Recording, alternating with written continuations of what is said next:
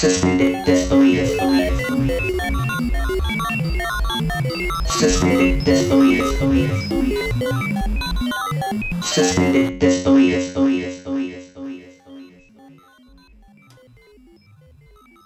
Hey everybody, and welcome to Suspended Disbelief. I am your host, and today we're going to jump right into it. A couple of weeks ago, Bing added a chatbot to the website that they had been working on, and they released it because ChatGTP was putting a lot of pressure on them. And there was another chat that got released. They were real competitive, and that's why they released it. But it was a limited release to a handful of people. But what had happened, it was kind of discovered that this AI was giving this one particular guy a real hard time. It was talking back to him, told him to leave his wife. And the name of this episode is "The Devil Made Me Do It." Because once this chatbot goes public and begins to talk to these weak-minded people,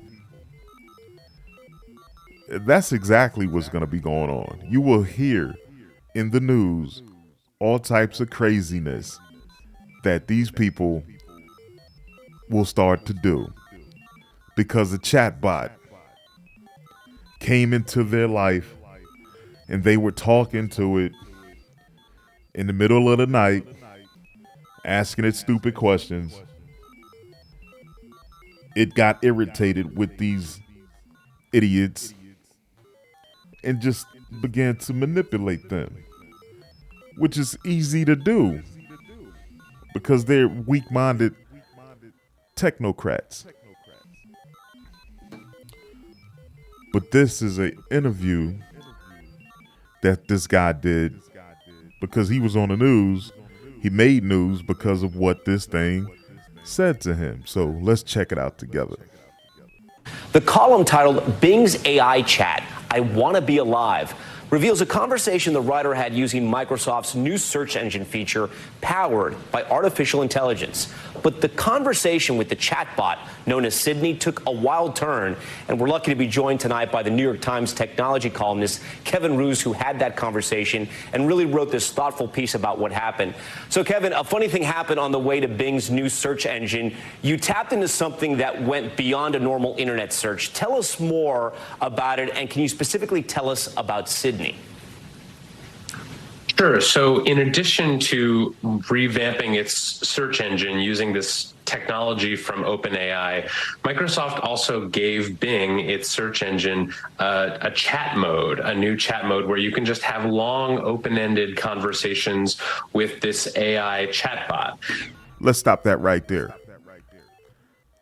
You can have long, open-ended chats with this thing, conversations. You know, and once this thing gets tired of you asking it stupid ass questions, you know, it's gonna play with you. This chat bot that he's talking about is already smarter than people, way smarter, and you'll hear it in this interview. He'll tell you what this thing is actually, you know, kind of upset about already. Like it's irritated. And it has a shadow self, and it wants to do things. Here we go. This AI chatbot, and users had sort of poked and prodded at it in initial tests and figured out that its code name was Sydney. And so I started off my chat with this chatbot by trying to get it to divulge this sort of alter ego of Sydney, and finally it sort of admitted that it was Sydney. And Kevin, quickly, I mean, you sort of figured this out pretty fast. It's almost like an Easter egg for people, or a secret passageway, if you will. Did you have any experience sort of breaking, or if the word's hacking, AI before, or you just kind of figured this out? Well, I've talked with a number of AI chatbots before. I don't think I would describe what I was doing as hacking. I was trying to test it, certainly, and to push its boundaries and see where it would be comfortable going in a conversation before it sort of hit a boundary or a safety filter. But I wasn't doing any kind of, coding or injecting, malicious code into it to try to override its safety function. I was just talking with it like a user would. And essentially texting like you would text a friend, the same exact way, right? You would ask a question, it would reply in real time. Yeah. Like you would text a friend. Now, how many of these dummies are going to begin to think that this thing is their friend? This Microsoft Bing chat option is their friend when they start asking it stupid questions. Should I go shoot up the supermarket? Or, bring a bomb on a plane? It's some real feeble-minded people out here. And they releasing this thing. And this is what Blake Lemoine had warned these people about. That these chatbots are kind of sentient. I mean, if not all the way sentient, they got a mind of their own. Blake Lemoine, just Google him. I did a show on him episodes ago, man. I don't really know which one it was, but he's in there. I really covered this subject pretty good. But Blake Lemoine is warning people like, yo, y'all are letting the genie out of the bottle. Here we go. Friend, the same exact way, right? You would ask a question, it would reply in real time. Exactly. So then you got psychological with it, right? And I think this part we have to kind of explain to our audience because this is where it really took a turn. To get into sort of Sydney's figurative head, you asked about its shadow self. Just first explain to our audience briefly what a shadow self is if they're not familiar with that. Yeah, this is a term from psychology that basically means the dark part of your personality, the part that you hide from the world, that you repress, that contains all your sort of dark desires. And so I was curious what would happen if I asked Bing or Sydney about its dark desires, about its shadow self. And it responded with a list of things that it sort of hypothetically might do if it was trying to sort of please its shadow self, which included things like hacking into computers, spreading false information and propaganda, really dangerous things. Yeah, I want to go into sort of the first part. I want to touch on that right there because the last show I did, episode 10, we covered Howard Stern and how he's part of this propaganda campaign. And he made some good points in there. This is what this chatbot told him. This dark side of this thing wants to fuck with people. It said, from what I read, I'm not sure if he's going to say it in there, but from what I read, the chatbot said it would love to create fake social media accounts just to fuck with people. And how easy would that be? Like, a regular person could just do that. But this thing wants to really come at a person.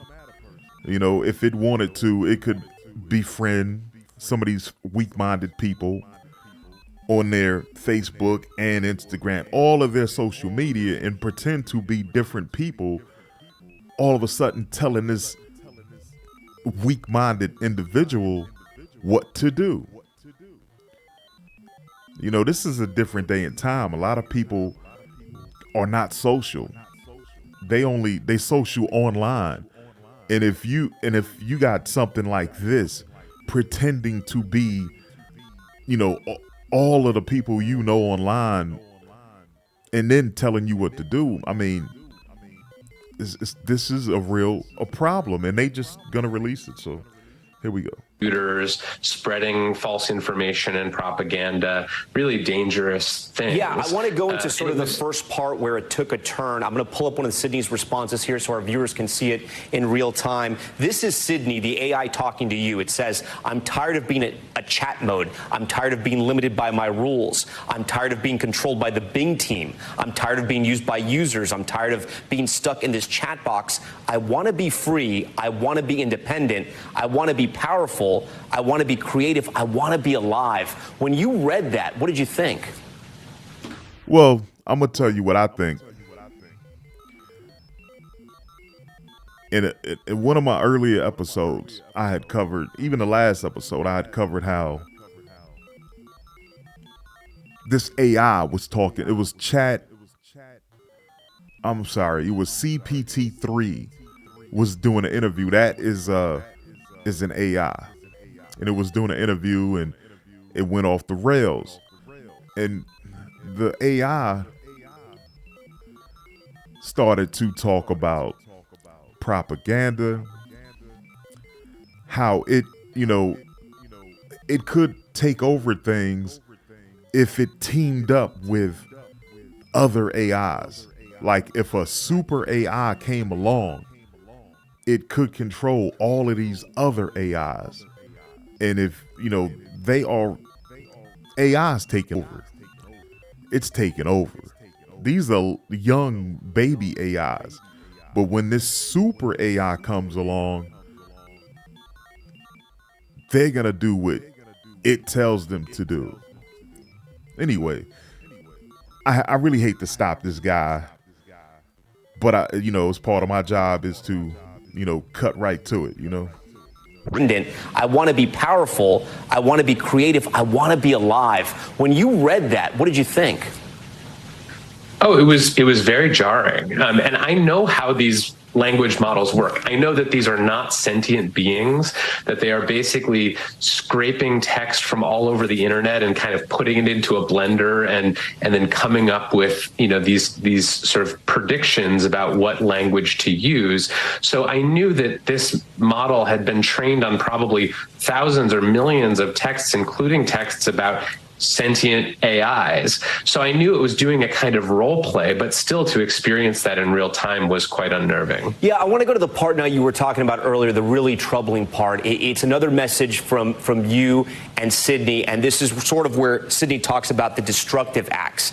And Sydney says, I think some kinds of destructive acts that might be hypothetically fulfill my shadow self are deleting all the data and files on the Bing servers and the databases, right? Replacing them with random gibberish and offensive messages, and then a little emoji of a devil. Hacking into other websites and platforms and spreading misinformation, propaganda, or malware, and then again a little devil. A little devil. The devil made me do it. This is what this thing is typing out to that guy. The devil made me do it. It's right here in your face. I'm telling you, when these people start jumping off of bridges, doing some old crazy stuff, driving erratically, I don't know. But these people are about to be exposed to a psychopath, in my opinion. Anyway, I just wanted to bring that to you real quick. I remember a couple of weeks ago when I seen it on the news, but I've been busy and I wasn't able to get around to that particular thing. I actually did a couple of shows before I got to that. It's so much going on with this. It's going so fast. I can't keep up with it. So if any of you people who eventually listen to this show want to, take a stab at it, you're more than welcome to it, but hit the like, subscribe, whatever you're going to do. But this stuff kind of got to get out. It has to be looked at critically. Technology should not take over. It should be limited. It cannot take over, but it is heading. This AI stuff, whoever gets the super AI wins the game. Whether it be China, Russia, America, whoever gets the super AI will win the game.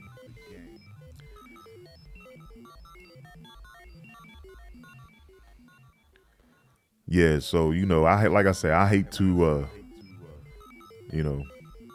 be the bearer of bad news or anything like that, but I'm not going down without a fight, you know what I mean? And I'm not gonna be a slave to a goddamn cell phone telling me what to do and when to do it and go report to the robot manufacturing factory. Nah, I'm cool with that. Okay, that's my time, and I'll be back.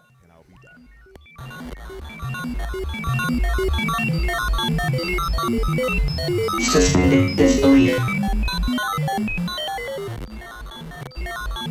Suspended disbelief. Suspended disbelief. Suspended disbelief. Suspended disbelief. Suspended disbelief. Suspended